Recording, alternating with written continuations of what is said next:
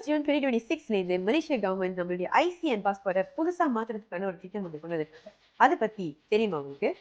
I am Susanna, the property lady. இதுதான் நீங்க முதல்ல பாக்குறீங்கன்னா மறக்காம என்னோட பேசிக்கோங்க. இந்த மாதிரி லேட்டஸ்டான இன்ஃபர்மேஷன்ஸ் அண்ட் அப்டேட்ஸ் உங்களை தேடி வந்துட்டே இருக்கு.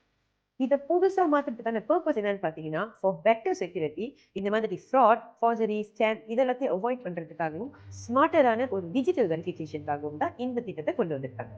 1st ஜூனுக்கு அப்புறம் கண்டிப்பா உங்களோட ஐசிஎன் பாஸ்போர்ட்டை மாத்திட்டு ஆகணும்னு எந்த ஒரு கட்டாயமும் இல்லை. 100 கீழே புதுசா அப்ளை பண்ண போனீங்கன்னா உங்களுக்கு புது ஐசி கிடைக்கும். லெட்ஸ் சே உங்களோட ஐசி ரொம்ப பழசா போச்சு, வாய்ப்பே முடியல, சீட் பேலன்ஸ் இல்லை, இப்படின்னு யோசிச்சீங்கன்னா மட்டும் போய் உங்களோட ஐசியை மாற்றுங்க.